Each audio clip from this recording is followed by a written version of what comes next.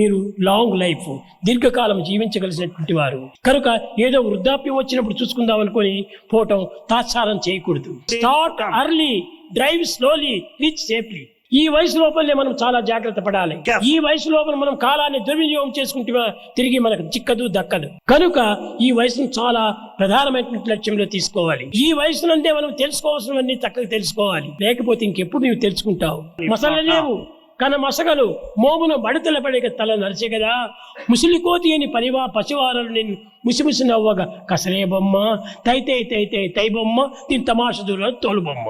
అందము ప్రాయము ఉందని చిక్కకు రోరన్నా ముందున్నదిరా తొందరలోని ముసలితనం మన ముసళ్ళ పండగ.